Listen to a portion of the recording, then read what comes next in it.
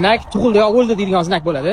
Bunaqa znak bu yoqqa emas, bu yoqqa qo'yilishi kerak. Mana bu znak qo'yildi, bu yoqqa yo'l bor. Bu znakni test qiladigan joy mana shu bir qarichgina yarim metrlik joy. Shu yoqqa mashina qo'yish mumkin emas, bo'ldi. Yo'q, buni kuch tugadi.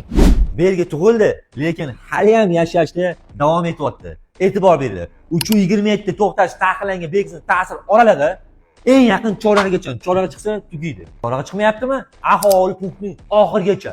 Bu ham chiqmadimi? 331 barcha cheklovlarning oxiriga belgi chiqsa ham tugaydi. Endi qo'shimcha belgilar bilan chiqsa tugaydi. Shunaqa borni men aytmayapman. Hozir quruq o'zi kelganda aytamiz. Demak, bu yondosh hududdan chiqish joyi belgini ta'sirini kesayotgani yo'q. Ko'rinib turibdi, domloq hovlisiga ketish joyi bu.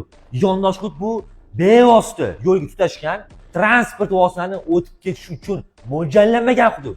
Masalan, hovlilar, zapravka, stoyanka, moyka, korxonalar hovlilari xuddi shunga o'xshagan joylar yondosh hudud hisoblanar ekan.